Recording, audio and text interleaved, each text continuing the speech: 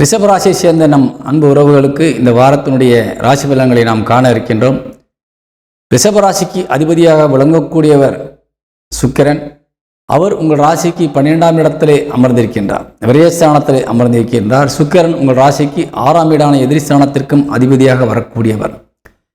உங்கள் ராசியிலே சூரியனும் புதனும் அமைந்திருக்கின்றார்கள். சூரியன் 4ஆம் வீட்டிற்கு அதிபதியாகவும் 2 மற்றும் 5ஆம் வீட்டிற்கு அதிபதியாக புதனும் வருகின்றார்கள்.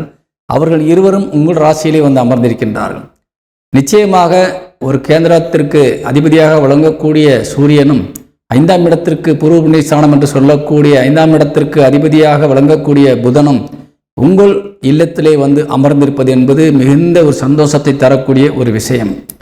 சென்ற இடங்களெல்லாம் வெற்றி பெறுவதற்கான ஒரு அற்புதமான வாய்ப்பை நீங்கள் பெறுகின்றீர்கள். அரசு துறை மற்றும் அரசாங்கத் துறையிலிருந்து அரசியல் துறையிலிருந்தும் உங்களுக்கு நல்ல ஆதரவுகள் கிடைக்கக்கூடிய ஒரு வாய்ப்பு இருக்கின்றது.